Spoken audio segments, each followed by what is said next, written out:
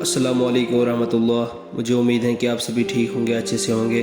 तो आज हम नमाज के बारे में बात करेंगे कि नमाज पढ़ने वाला और नमाज न पढ़ने वाला उनका हशर क्या होगा। अल्लाह ताला के नज़दीक नमाज का बहुत बड़ा रुतबा है। कोई इबादत अल्लाह ताला के नज़दीक नमाज से ज़्यादा प्यारी नहीं है। अल्लाह ताला ने अपने बंदों पर 5 वक्त नमाजें फ़र्ज़ कर दी हैं। इनके पढ़ने का बड़ा सवाब है और इनके छोड़ देने पर बड़ा गुनाह होता है।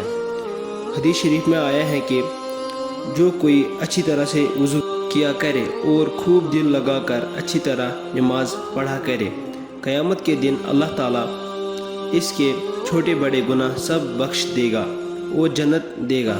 और हज़रत सल्लल्लाहु अलैहि वसल्लम ने फरमाया है कि नमाज दीन का सुतून है। सो जिसने नमाज को अच्छी तरह पढ़ा और उसने दीन को ठीक रखा, और जिसने इस सुतून को गिरा दिया यानी नमाज न पढ़ी, इसने दीन को बर्बाद कर दिया। और हज़रत मोहम्मद सल्लल्लाहु अलैहि वसल्लम ने फरमाया है कि क़यामत में सबसे पहले नमाजी को पूछ होगी और नमाजियों के हाथ और पाँव और मुंह क़यामत में आफ़ताब की तरह चमकते होंगे और बेनमाजी इस दौलत से महरूम रहेंगे।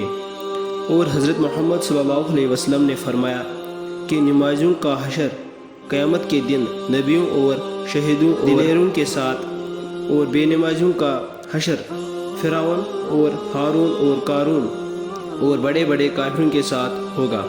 इसलिए नमाज पढ़ना बहुत ज़रूरी है, और न पढ़ने से दीन और दुनिया दोनों का बहुत नुकसान होता है।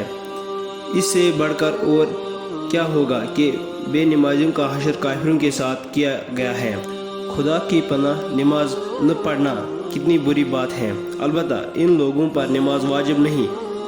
मजनून और छोटी लड़की या लड़का जो अभी जवान नहीं हो, बाकी सब मुसलमानों पर नमाज फ़र्ज़ है।